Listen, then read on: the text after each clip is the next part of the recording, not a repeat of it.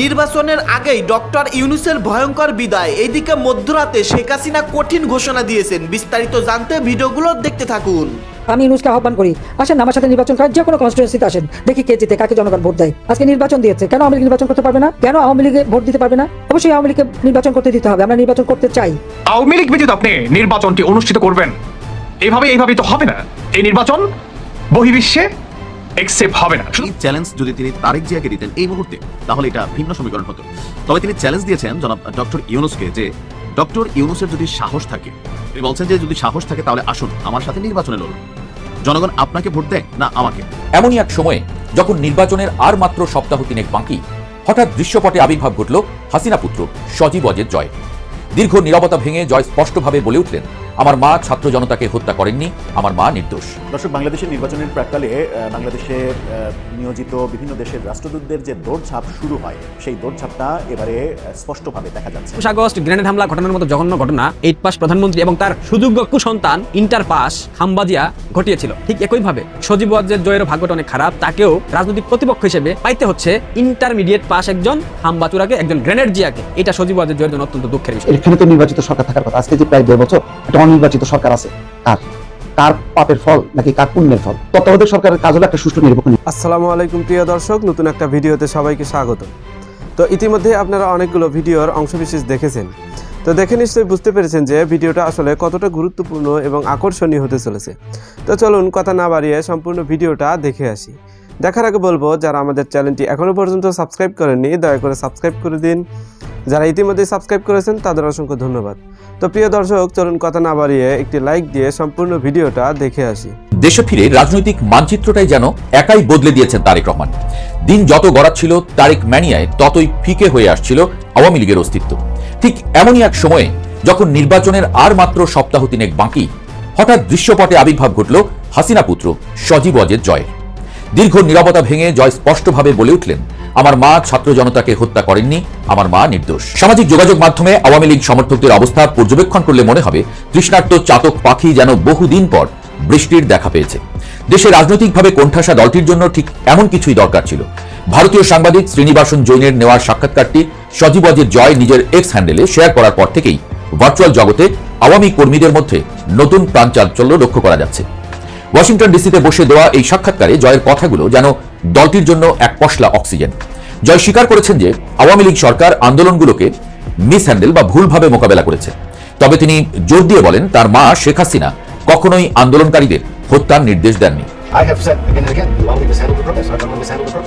সাংবাদিক জৈন যখন পাল্টা প্রশ্ন করেন, শত শত মানুষের মৃত্যু কি শুধু মিসহ্যান্ডেল শব্দের আড়ালে ঢাকা সম্ভব? জয়ের উত্তর ছিল বেশ কৌশলী। তিনি বলেন, শেখ হাসিনা যদি সত্যিই ক্ষমতা আঁকড়ে থাকতে চাইতেন তবে তিনি এখনো ক্ষমতায় থাকতেন। তিনি মূলত রক্তপাত এড়াতেই সরে দাঁড়িয়েছেন, কিন্তু পরিস্থিতি নিয়ন্ত্রণের বাইরে চলে গিয়েছিল।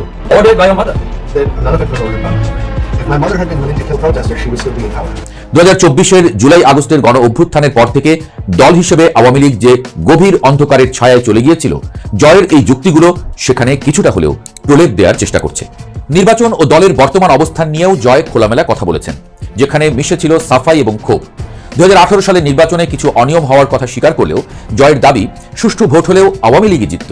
আর 2024-এর নির্বাচন বয়কট ছিল বিরোধীদের নিজস্ব সিদ্ধান্ত। কিন্তু তার কণ্ঠে বর্তমান অন্তর্বর্তীকালীন সরকারের প্রতি তীব্র ক্ষোভ ফুটে উঠেছে। তিনি অভিযোগ করেন, ইউনূস সরকারের অধীনে আওয়ামী লীগকে নির্বাচনে অংশ নিতে দেওয়া হচ্ছে না, যা অগণতান্ত্রিক। তার দাবি, বর্তমান সরকার আওয়ামী লীগ কর্মীদের হত্যা করছে এবং সন্ত্রাসীদের মুক্তি দিচ্ছে। সাংবাদিক জৈন যখন জানতে চান আওয়ামী লীগ কি নির্বাচনে সহিংসতা ঘটাতে পারে, জয়ের উত্তর ছিল, তারা শান্তিপূর্ণ প্রতিবাদ চান, কিন্তু দমন পীড়ন চললে পরিস্থিতি সহিংস হতে পারে।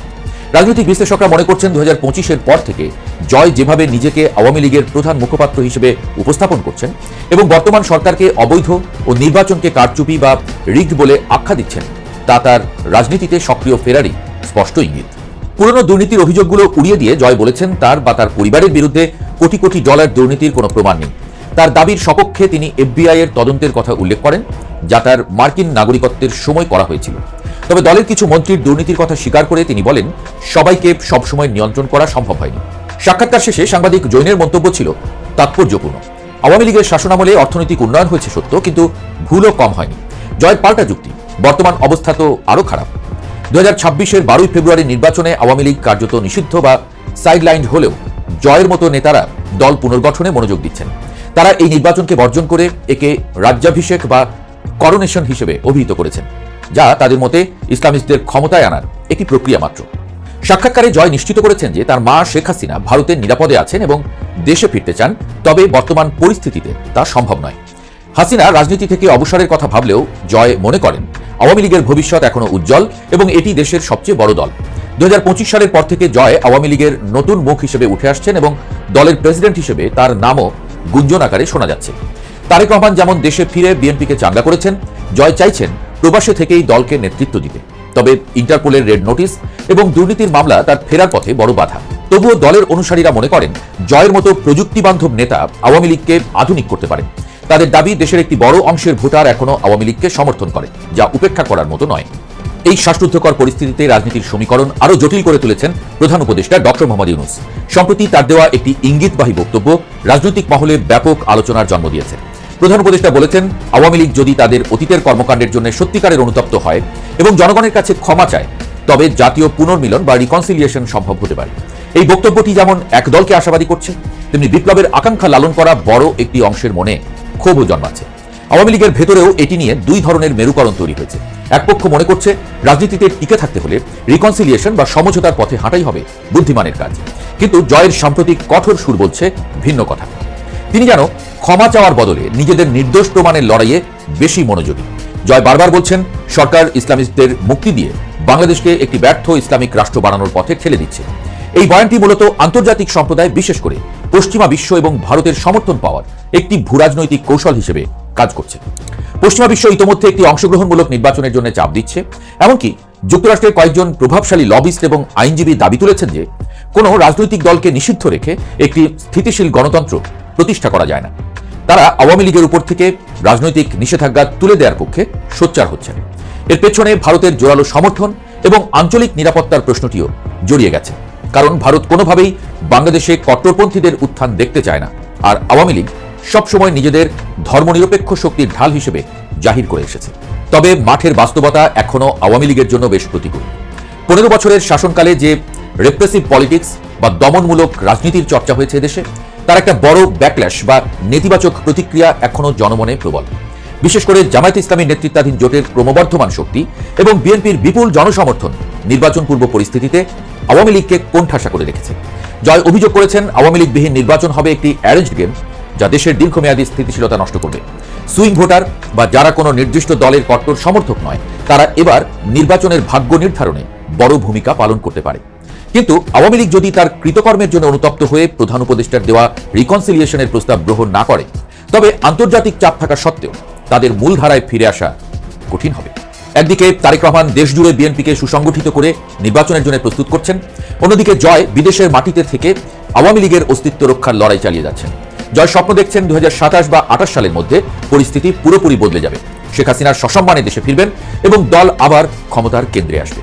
কিন্তু এই স্বপ্ন পূরণ হবে কিনা তা নির্ভর করছে অনেকগুলো যদি এবং কিন্তুর উপর। ইউনূস সরকারের পরবর্তী পদক্ষেপ, ইসলামিস্টদের উত্থান নিয়ে জনগণের ভয় এবং ভারতের প্রত্যক্ষ বা পরোক্ষ সহযোগিতা, সব মিলিয়ে বাংলাদেশের রাজনীতি এখন একটি বড় ধরনের ফ্লাক্স বা অস্থিরতার মধ্য দিয়ে যাচ্ছে। নির্বাচনের পর দেশ কি একটি স্থায়ী স্থিতিশীলতার দিকে যাবে, নাকি নতুন কোনো সংঘাতের সূচনা হবে, সেটাই এখন সময়ের সবচেয়ে বড় প্রশ্ন। তবে আপাতত জয়ের এই আবির্ভাব আওয়ামী লীগের ঝিমিয়ে পড়া কর্মীদের মনে যে আশার প্রদীপ জ্বেলেছে, তা অস্বীকার করার উপায় নেই।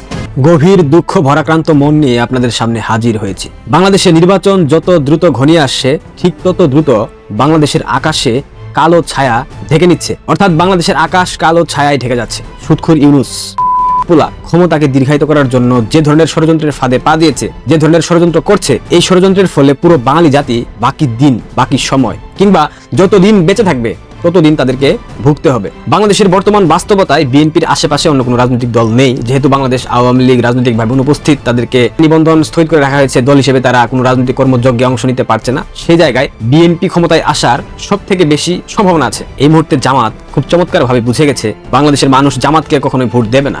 একটা মৌলবাদী শক্তিকে কখনো মুক্তিযুদ্ধের মাধ্যমে অর্জিত বাংলাদেশে ক্ষমতায় আসতে দেওয়া হবে না। বাংলাদেশের সকল পর্যায়ের মানুষ এটা ভেবেই নিয়েছে এবং জামাত খুব ভালোভাবে টের পাচ্ছে তাদেরকে বাংলাদেশের মানুষ ঘৃণা ভরে প্রত্যাখ্যান করেছে।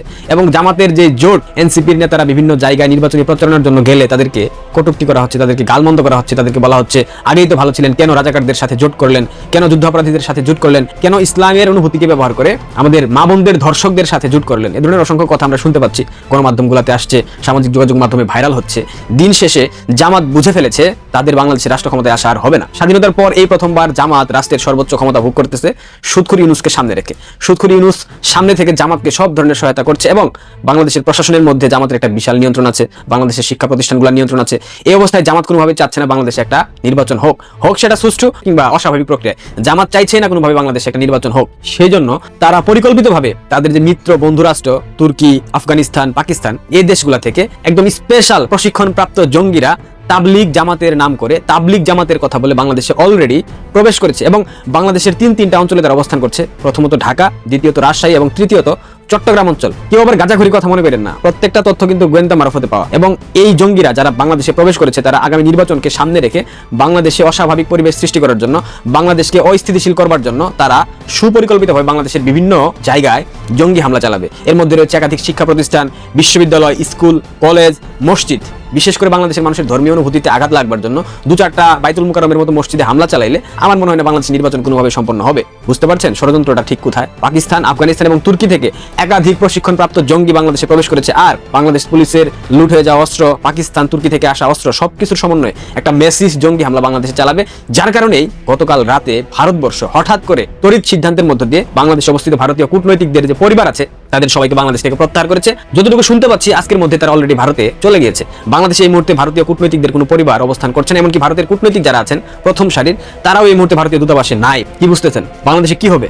ভারত তড়িৎ সিদ্ধান্তের মধ্য দিয়ে তাদের কূটনৈতিকদেরকে বাংলাদেশ থেকে সরিয়ে নিয়েছে। অনেকেই ভাবতে পারেন ভারত হয়তো হামলা চালাবে, অনেকেই ভাবতে পারেন ভারত হয়তো আগ্রাসন চালাবে। এমনটা ভাবার কারণ নাই, কারণ ভারত জানে, ভারতীয় গোয়েন্দা সংস্থার কাছে সঠিক তথ্য আছে, বাংলাদেশে যে কোনো সময় একটা মেসিস জঙ্গি হামলা হবে এবং সেই হামলাগুলো ভারতীয় দূতাবাসে হতে পারে, মার্কিন দূতাবাসে হতে পারে, সেই হামলাগুলো অন্য কোনো দূতাবাসে হতে পারে যে কোনো জায়গায়। কারণ বাংলাদেশ নির্বাচন ঠেকানোর জন্য যা যা ষড়যন্ত্র করা দরকার সবকিছু করতেছে জামাত এবং জামাতের বন্ধু রাষ্ট্র পাকিস্তান, তুর্কি, আফগানিস্তান। নির্বাচন হতে দেওয়া যাবে না কোনোভাবে না। বাংলাদেশ আওয়ামী লীগ নির্বাচন অংশ নিচ্ছে না, এটা নিয়ে কোনো মাথা ব্যথা আমার এই মুহূর্তে নাই। কিন্তু বিএনপি ভাবছে তারা নির্বাচনের মধ্য দিয়ে অলরেডি ক্ষমতায় চলে আসছে, কিন্তু জামাত এই যে ভয়ঙ্কর ষড়যন্ত্র করছে, এরপরেও বিএনপি জামাতের পদলেহন করছে, এরপরেও বিএনপি ইউনূসের চুষতেছে।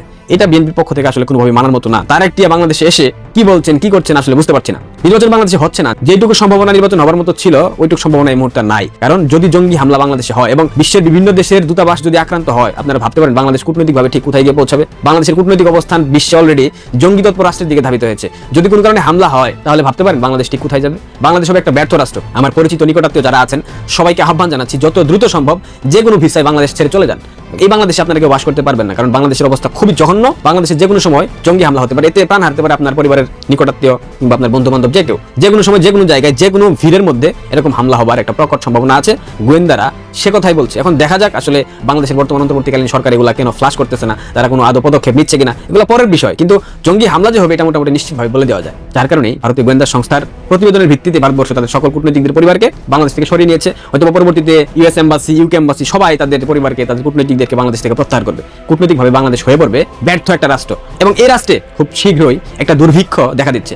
ভারত যদি তাদের এয়ার স্পেস বন্ধ করে দেয়, ভারত যদি সব ধরনের বাণিজ্যিক সম্পর্ক প্রত্যাখ্যান করে, সেক্ষেত্রে বাংলাদেশ আর কখনোই ঘুরে দাঁড়াতে পারবে না। বাংলাদেশের দুর্ভিক্ষ অতি নিকটে, এটা পৃথিবীর কোনো শক্তি আটকাইতে পারবে না। কারণ বাংলাদেশের অর্থনৈতিক যে প্রেক্ষাপট বর্তমানে, এই প্রেক্ষাপটে দাঁড়িয়ে বাংলাদেশ সরকার দুর্ভিক্ষ মোকাবেলা করার মতো সামর্থ্য রাখে না। এটা ধ্রুব সত্য, এটাই বাস্তব সত্য এবং এটা আপনাদের সবাইকে মানতে হবে। সো সিদ্ধান্ত আপনাদের, আপনারা বাংলাদেশে থাকবেন কিনা, বাংলাদেশ ত্যাগ করবেন কিনা, কিংবা এই সুদখোর ইউনূসকে অবৈধ সরকারকে লাথি উস্টা মেরে বাংলাদেশ থেকে তাড়াবেন কিনা। আর বাংলাদেশের মাটি থেকে যতদিন না পর্যন্ত জামায়াত ইসলামের আইডিওলজিকে ধ্বংস করা যায়, বাংলাদেশ থেকে যতদিন না পর্যন্ত পাকিস্তানের নিয়ন্ত্রণ উচ্ছেদ করা যায়, ততদিন পর্যন্ত বাংলাদেশ কখনোই আর স্থিতিশীল হবে না। বাংলাদেশ কখনোই আর স্বাভাবিক রাজনৈতিক প্রক্রিয়ার মধ্য দিয়ে যাইতে পারবে না। এটা মানতে হবে। সবশেষে এটাই বলবো, যারা ভাবছেন ভারত আগ্রাসন চালাবে, এটা সম্পূর্ণরূপে ভুল ধারণা। ভারত কখনো বাংলাদেশে আগ্রাসন চালাবে না। আর ভারত এখন পর্যন্ত তাদের বাণিজ্য চালু রেখেছে শুধুমাত্র তাদের সেভেন সিস্টার্স যেন এই অসভ্য ইতর বদমাইশ বাঙালি খাদ্য না পেয়ে ভারতের সেভেন সিস্টার্স অঞ্চলবর্তী যে বাংলাদেশের সীমান্তবর্তী এলাকাগুলো আছে, সেসব এলাকার যে সীমান্ত আছে, সেসব সীমান্তে যেন বাঙালি অসভ্য ইতর বাঙালি গিয়ে ভিড় না জমাতে পারে, স্মাগলিং না করতে পারে, কিংবা অনুপ্রবেশ ঘটাতে না পারে, সেই জায়গা থেকে ভারত এখন পর্যন্ত এত কিছুর পরও বাণিজ্য চালু রেখেছে, আমদানি রপ্তানি অব্যাহত রেখেছে। অন্যদের ভারত আরো আগে বন্ধ করে দিত। শুনতে পাচ্ছি 31 তারিখ থেকে এয়ার স্পেস বন্ধ করে দেওয়া হবে। পাকিস্তানের সাথে বাংলাদেশ সরাসরি ফ্লাইট চালু করেছে, এটা একটা বিষয় হতে পারে। দেখা যাক, অনেকগুলো ঘটনা ঘটছে। তবে বাংলাদেশের মানুষ যারা বাংলাদেশে থাকছেন, আপনারা সবাই সাবধান থাকেন, নিরাপদে থাকেন, কারণ বাংলাদেশে একটা হামলা হবে এবং এই জঙ্গি হামলার মধ্যে দিয়ে বাংলাদেশের নির্বাচন পিছিয়ে যাবে। এটাই তাদের মূল লক্ষ্য এবং পরিকল্পনা। ভালো থাকবেন।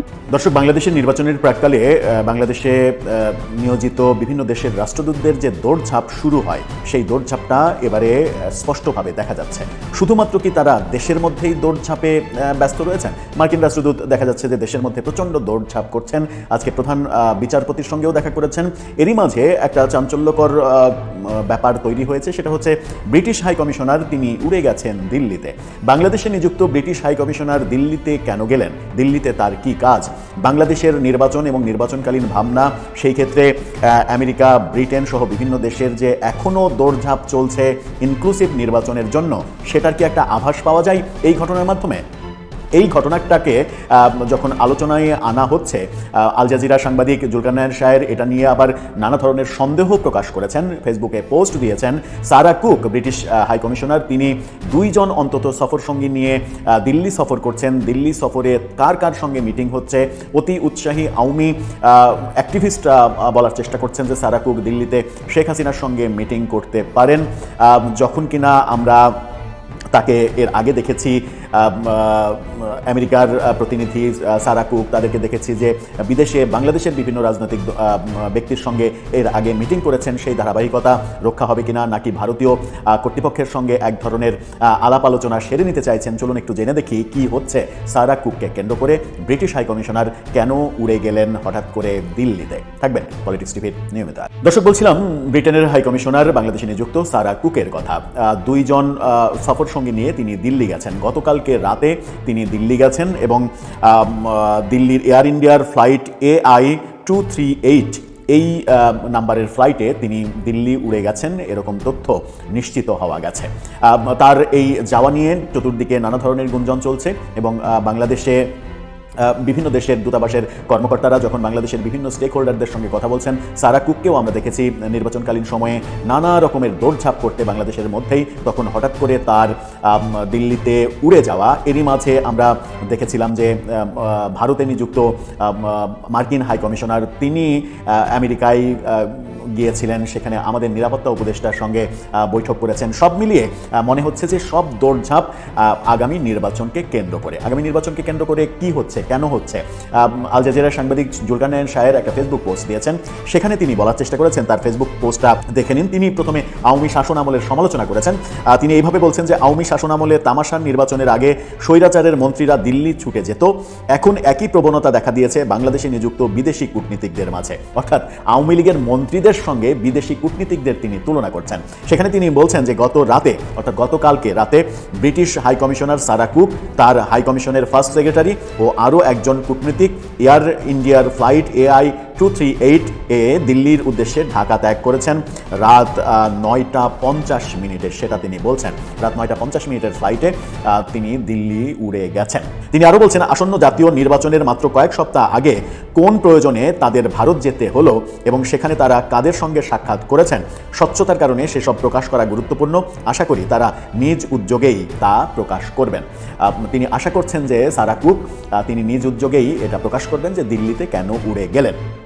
গত ভোরবেলায় আমরা দেখেছি শেখ হাসিনা পুত্র সজীব ওয়াজেদ জয়, এই জুলকারনাইন শাহেরই প্রতিষ্ঠান, মানে তিনি যে প্রতিষ্ঠানে কর্মরত আল জাজিরা, সেই আল জাজিরাতে দীর্ঘ সাক্ষাৎকার প্রকাশ হয়েছে। সেই সাক্ষাৎকারে সজীব ওয়াজেদ জয় আবারও বলেছেন নির্বাচন বয়কটের কথা। নির্বাচনে তারা মানে সবাইকে নির্বাচন বয়কটের আহ্বান জানাচ্ছেন। নির্বাচন কেন্দ্রে কেউ যাবে না, আওয়ামী লীগের ভোটাররা। সেরকম মুহূর্তে সেই দাবি যখন আওয়ামী লীগের পক্ষ থেকে জোরালো হচ্ছে, তখন এই আলোচনাটা এবং জুলকারনাইন শাহের এই পোস্টেও একটা ইঙ্গিত স্পষ্ট যে সারা কুক সামহাউ বাংলাদেশে ইনক্লুসিভ নির্বাচনের ব্যাপারে এখনও দৌড়ঝাঁপ করছেন। আমরা দৌড়ঝাঁপ দেখছি মার্কিন যে হাই কমিশনার, তারও দৌড়ঝাঁপ দেখছি বাংলাদেশে, কিন্তু বাংলাদেশের অভ্যন্তরে দৌড়ঝাঁপ একটা ব্যাপার আর দিল্লিতে উড়ে যাওয়া আর একটা ব্যাপার। দিল্লিতে উড়ে গেলেন কেন, সেই প্রশ্নের উত্তরটা এখনই পাওয়া সম্ভব নয়। অনেকেই দাবি করছেন যে দিল্লিতে তিনি হয়তো শেখ হাসিনার হাসিনার সঙ্গে দেখা করবেন। কিন্তু এতটাই কি সহজ হবে দিল্লিতে ভারতের আশ্রয়ে থাকা ক্ষমতাচ্যুত, তাও আবার বাংলাদেশের আদালতে সাজাপ্রাপ্ত একজন, মৃত্যুদণ্ডপ্রাপ্ত একজন আসামির সঙ্গে ফরমালি দেখা করা, নাকি ব্যাপারটা গোপনেই হবে? সব মিলিয়ে একটা বার্তা আসছে, সেটা হচ্ছে যে বিদেশি বিভিন্ন কর্তৃপক্ষ এখনো বাংলাদেশের নির্বাচনের যে মোটিভ নিয়ে নির্বাচনের কার্যক্রম এগোচ্ছে সেই মোটিভের বাইরে গিয়ে ইনক্লুসিভ নির্বাচনের ব্যাপারটা এখনো তাদের মাথায় হয়তো কাজ করছে। কিন্তু সেই কাজ করে কি কোনো লাভ রয়েছে? যখন রাত পোহালে নির্বাচনের ক্যাম্পেইন শুরু হয়ে যাচ্ছে, আজকে প্রতীক বরাদ্দ হয়ে গেছে, কালকে থেকেই বিভিন্ন দল, বিএনপি, জামাত সহ বিভিন্ন দল, তারা নির্বাচনের প্রচারের জন্য ব্যাপক কর্মসূচি হাতে নিয়েছেন। তারেক রহমান ছুটে যাচ্ছেন, আজকে রাতেই চলে যাচ্ছেন সিলেটে, সেখানে হযরত শাহজালালের মাজার জিয়ারত করবেন। একই দিনে তিনি ওই অঞ্চলের 7টি জেলায় জনসভা করবেন। সেই খবরগুলো আমরা যখন জানি, তার মানে হচ্ছে যে নির্বাচনের উত্তাপ যখন পরিপূর্ণভাবে আমরা পাচ্ছি, তখন সারা কুকের উদ্দেশ্য যদি এরকম হয় যে বাংলাদেশে এখনও তিনি কিংবা তার দেশ কিংবা তার মিত্রশক্তিরা ইনক্লুসিভ নির্বাচন চাইছে, তার জন্য দৌড়ঝাঁপ করছে এবং আওয়ামী লীগের সঙ্গে এক ধরনের যোগাযোগের চেষ্টা করছে, সেটা কতটা ফলপ্রসূ হবে সেটা একটা বড় ব্যাপার। আবার সারা কুক যখন দিল্লিতে ছুটে যাচ্ছেন, তখন আমরা ইইউ রাষ্ট্রগুলোর অবস্থান আবার ভিন্ন রকমের দেখছি। তারা কিন্তু ইনক্লুসিভ নির্বাচনের সংজ্ঞাই পাল্টে ফেলেছে। এর আগে তাদের অবস্থান যেটা ছিল, ইনক্লুসিভ নির্বাচন বলতে আওয়ামী লীগের অংশগ্রহণ তারা বোঝাচ্ছিল, কিন্তু সর্বশেষ তাদের অবস্থানে কিন্তু ইনক্লুসিভ নির্বাচনের সংজ্ঞা তারা পাল্টে ফেলেছে। সেরকম অবস্থায় সারা কুকের এই সফরটা কি বার্তা দিচ্ছে, হয়তো 2-4 দিনের মধ্যেই ব্যাপারগুলো স্পষ্ট হবে। এবং তিনি এমন একটা সময় উড়াল দিলেন যখন কিনা একদিন পরেই বিভিন্ন ধরনের মাধ্যমে খবর পাওয়া যাচ্ছে যে 23 তারিখ শুক্রবার দিল্লিতে একটি অর্গানাইজেশনের সংবাদ সম্মেলনে শেখ হাসিনা ভার্চুয়ালি হোক কিংবা অডিও বার্তা দিয়ে হোক তার অংশগ্রহণ থাকবে। দর্শক, আপনার মতামত কি এ ব্যাপারে জানিয়ে লিখতে পারেন আমাদের কমেন্ট বক্সে। নির্বাচনের গতিধারা পথে পথে যখন কি তারেক রহমান বেরোবেন, ডাক্তার শফিকুর রহমান বেরোবেন, তখন কিন্তু বোঝা যাবে যে দলীয় নেতাকর্মীর বাইরে সাধারণ মানুষের পার্টিসিপেশনটা কোন দিকে যায়, তার উপরে নির্ভর করবে এবারের সিলেট সরগরম। তারেক রহমান গেছেন, শাহজালাল মাজার জিয়ারত করবেন, আরো একটি মাজার জিয়ারত করবেন, কালকে থেকে আনুষ্ঠানিকভাবে শুরু করবেন। বলা যায় আসলে আজকে থেকেই শুরু হয়ে গেছে। এটা শুধু সিলেট না, সিলেট এবং আশেপাশের সমস্ত জেলাগুলোতে তীব্র এখন আলোড়ন তৈরি হয়েছে তার এই সফরকে ঘিরে। এই সফরের গুরুত্বটা কি? গুরুত্বটা আছে। বাংলাদেশের ইতিপূর্বে যদি বিশ্লেষণ করেন, হাসিনা এবং খালেদা দুই নেত্রীর যখন কি সফরে বেরোতেন, তাদেরকে ঘিরে মানুষের যে উৎসব, মানুষের যে আগ্রহ উদ্দীপনা, সেটা দেখে আপনি বিচার করতে পারেন, বিশ্লেষণ করতে পারেন যে আসলে নির্বাচনের গতিধারা কোন দিকে যাচ্ছে, গতিপথ কোন দিকে বদলাচ্ছে। আমি নিজের অভিজ্ঞতা থেকে বলি, আমার সৌভাগ্য হয়েছে শেখ হাসিনা এবং খালেদা জিয়া উভয় দুই নেত্রীর সঙ্গে নির্বাচনী সফরের সঙ্গী হইতে। আমি তখনই অনুমান করেছি যে এবার কোন দল ক্ষমতা আসছে, কোন দল ক্ষমতা আসছে। পরিষ্কার ছিল, কারণ আমরা ফিক্সড ছিলাম না যে হাসিনার সঙ্গে বা খালেদা জিয়ার সঙ্গে আমরা পাল্টাপাল্টি করতাম। 21 টেলিভিশনে যখন ছিলাম তখনকার কথা বলছি। সেই সৌভাগ্যটা হয়েছে, শেখ হাসিনার সঙ্গে যেতে পেরেছি, খালেদা জিয়ার সঙ্গেও যেতে পেরেছি। দুই রকম দুই চিত্র ধরা পড়ছে। তো এবার একইভাবে তারেক রহমানকে ঘিরে কয়েকটা কারণে মানুষের কৌতূহল, রীতিমতো আবেগ, উচ্ছ্বাস। একটা হচ্ছে প্রয়াত প্রেসিডেন্ট জিয়াউর রহমানের পুত্র তিনি, সদ্য প্রয়াত বেগম খালেদা জিয়ার পুত্র তিনি। এই জিয়া পরিবারের বলতে গেলে তিনি এখন হাল ধরেছেন, বিএনপি পরিবারের হাল ধরেছেন তিনি, তার হাতেই সবকিছু। 17 বছর ছিলেন না, মানুষ মাঝে মধ্যে ঝিরঝির করা অস্পষ্ট ছবি দেখেছে, এখন মানুষ কাছ থেকে দেখতে চায়। যতই বলেন না কেন, দূর থেকে একটা তারকাকে আপনার মুভিতে দেখা আর সামনে দেখার মধ্যে অনেক তফাৎ। তো এখন রাজনীতির উজ্জ্বল তারকা তিনি, তাকে এক নজর দেখার জন্য মানুষের যে উপচে পড়া ভিড়, সেটার মাত্রাটা কতটুকু সেটার উপর নির্ভর করবে। যদিও এবার নিরাপত্তার কারণে নিরাপত্তা কর্মীরা সতর্ক থাকবেন যাতে তারেক রহমানের কাছে খুব বেশি কেউ মানুষ ভিড়তে না পারে, এইটা থাকবে। তারপরেও একটা মানে অবস্থা যে আবেগ উচ্ছ্বাস, সেটা বোঝা যাবে, সেটা চাপা রাখা যাবে না। আবার ডাক্তার শফিকুর রহমান যখন বেরোবেন, তখন দলীয় নেতা কর্মীদের বাইরে সাধারণ মানুষের পার্টিসিপেশনটা কত থাকে সেটার উপর নির্ভর করবে। এটা থেকেই আপনি বুঝতে পারবেন যে নির্বাচনের গতিধারা, সাধারণ মানুষ ধরেন 40% বা 50% তাদের অবস্থা, তারা যেদিকে মন নেবে সেদিকে যাবে। দল বেশি মানুষ করে না, কিন্তু সাধারণ মানুষ যারা ভালো মন্দ দেখে সিদ্ধান্ত নেয়, তাদের সংখ্যাটা বেশি। তো তাদের আগ্রহটা কোন দিকে? পথে পথে যখন কি তারেক রহমান বেরোবেন, ডাক্তার শফিকুর রহমান বেরোবেন, তখন কিন্তু বোঝা যাবে যে কোন দিকে আবেগ উচ্ছ্বাস। আপনি যতই তৎপরতা চালান না কেন, সাংগঠনিক তৎপরতা চালান না কেন, কর্মী দিয়ে আপনার নির্বাচনী কাজগুলি করেন না কেন, আসলে ওইটা কেউ মানে ফুটে বলবে না যে আমি কোন মার্কে ভোট দেবো, কোন দিকে আমি যাব। কিন্তু আপনি বুঝতে পারবেন যে নেতারা প্রধান মুখ তো দুইটা, একটা হচ্ছে তারেক রহমান, একটা হচ্ছে ডাক্তার শফিকুর রহমান। তাদেরকে ঘিরে দেখবেন যে দলীয় নেতাকর্মীর বাইরে সাধারণ মানুষের পার্টিসিপেশনটা কোন দিকে যায় তার উপরে নির্ভর করবে এবারের ভোট।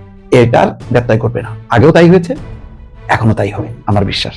প্রিয় দর্শক, আশা করছি সম্পূর্ণ ভিডিওটা মনোযোগ দিয়ে দেখেছেন। দেখে কি বুঝলেন, কি জানলেন, আপনাদের গুরুত্বপূর্ণ মতামতগুলো আমাদের কমেন্ট বক্সে জানিয়ে দিন। পারলে ভিডিওটা শেয়ার করে অন্যকে দেখার সুযোগ করে দিন। আবারও বলছি, যারা আমাদের চ্যানেলটি এখনও পর্যন্ত সাবস্ক্রাইব করেননি দয়া করে সাবস্ক্রাইব করে দিন। যারা ইতিমধ্যেই করে দিয়েছেন তাদের অসংখ্য ধন্যবাদ।